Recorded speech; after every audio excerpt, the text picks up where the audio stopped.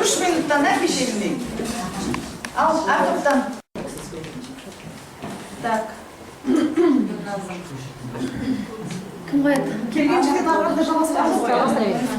Ойлауды дамыту теориясына Тәжі. дұрыс бір ғой.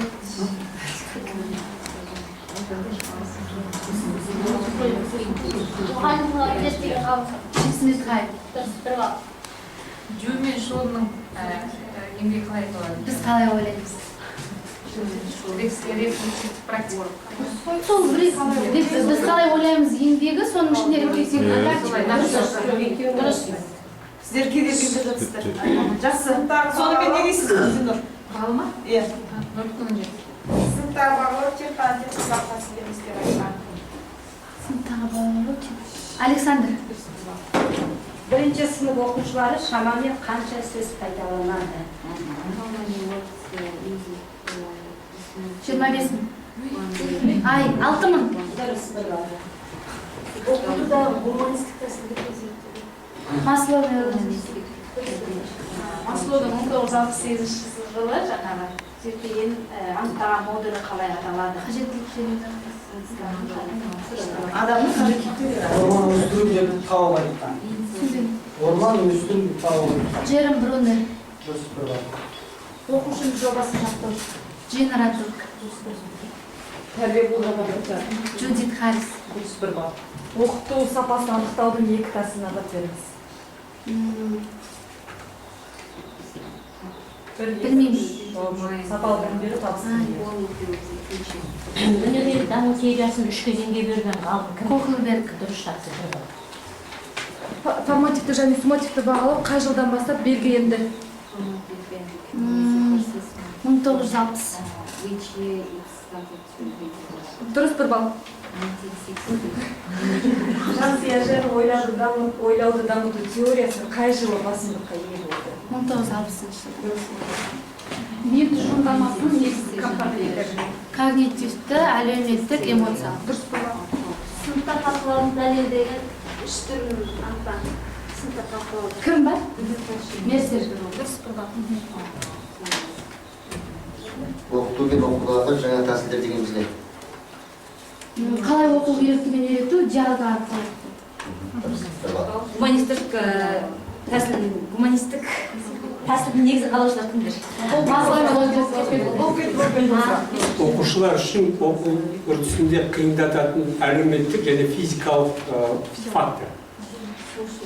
Ұйқы? Жоқ, шаршаған. Тыңдаған жоқпын аяғына дейін.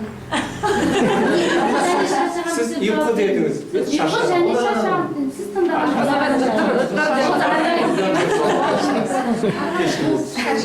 Сабақты модельдеу. Сабақты модельдеу дегенде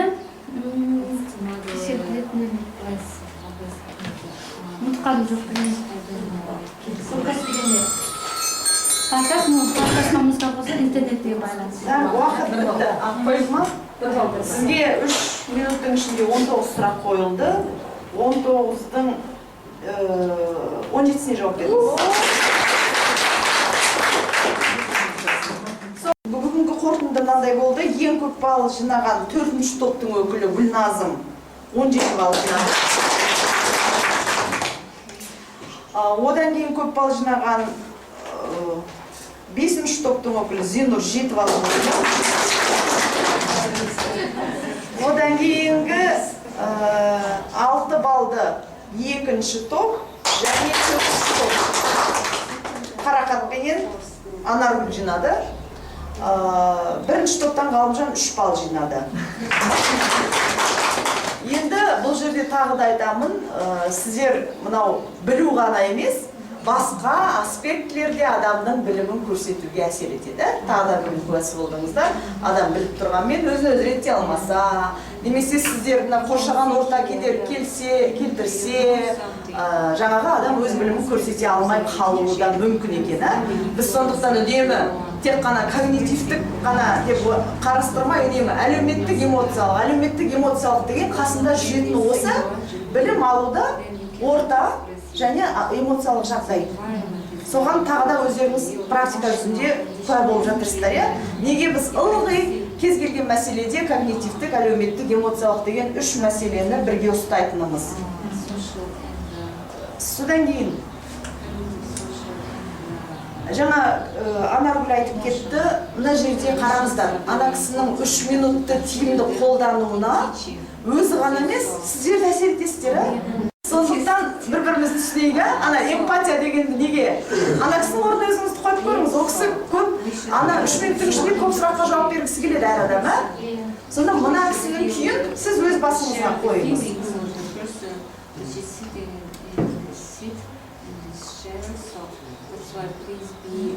Содан кейін әр күн айтамыз, қайталап, сұрақты, дауысты шығарып қояйық.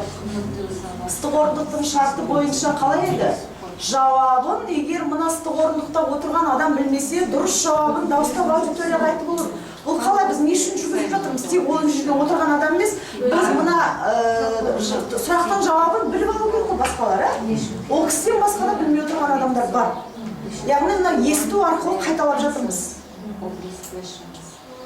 Содан кейін өкінішке орай, күнде қойылатын, оңай сұрақтарға жауап бере жатырмыз. Мысалы, акселерация. Жай бір термин қоя.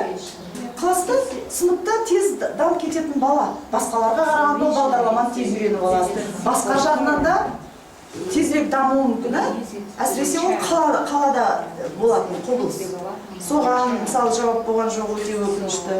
Сосын интерактивті оқыту. Қалайды? Пассивті оқыту, активті оқыту, интерактивті оқыту үшеуінің айырмашылығын білдік қой, қалай пассивті оқытуда тек мұғалім сөйлейді. Оқушылар пассив тыңдаушы. Ана залдағы көрермен сияқты отырады деді. Активті оқытуда оқушы мен мұғалімнің арасында қайтеді? Қарым-қатынас болады. Ал интерактивті оқытуда тек қана оқушы мен мұғалімнің арасында емес, оқушыларының бір-бірінің арасында да. Яғни оқушы мен мұғалімнің, оқушы мен оқушының арасында да қарым-қатынас болып жатса, яғни мысалы қазір біздің жаңа үйреніп жатқан бағдарламамыз не? Сабақтың бәрін интерактивті қылу. Балалардың да бір-бірімен қарым-қатынас жасау оқыту барысында. Соны енді жаңа осыған жауап болмағанда маған өте бір ыңғайсыз жағдай сияқты көрінді. Сосын гуманистік психологияның негізін қалаушылар. Оны да үнемі қайталаймыз, неге оларды гуманистік психологияның негізін қалаушылар дейміз? Бұрын қалай болып еді? Мысалы, мен Роджерс деген фамилияны жаттап алдым. Ол оқытуда неге негізделетін еді? Гуманистік психология бойынша оқытудың айырмашылығы не еді деген нәрселерге жауап берілмегені өкінішті. Бірақ жалпы енді біздің кешеде ыстық орны өткізгенін айтқан, мынау уақыт жағынан біз мысалы басында 30 минут болатын. 5 адам 30 минуттың ішінде шығатынбыз. Қазір 5 адам 15 минутта жүруге қол жеткіздік. Ол нені көрсетеді? Сіздердің өз-өздеріңізді реттеген, жылдамдаған, сұрақты нақты қойғандарыңыз, екінші адамның күйін сезіне білгендеріңіз, содан кейін топтың ішіндегі әрекеттестік. Бір-бірімізді іліп әкету тез-тез. Замирадан кейін Гүлназым, Гүлназымнан кейін Гүлнұр деген сияқты. Бірақ әлі де дамытатын жерлеріміз көп.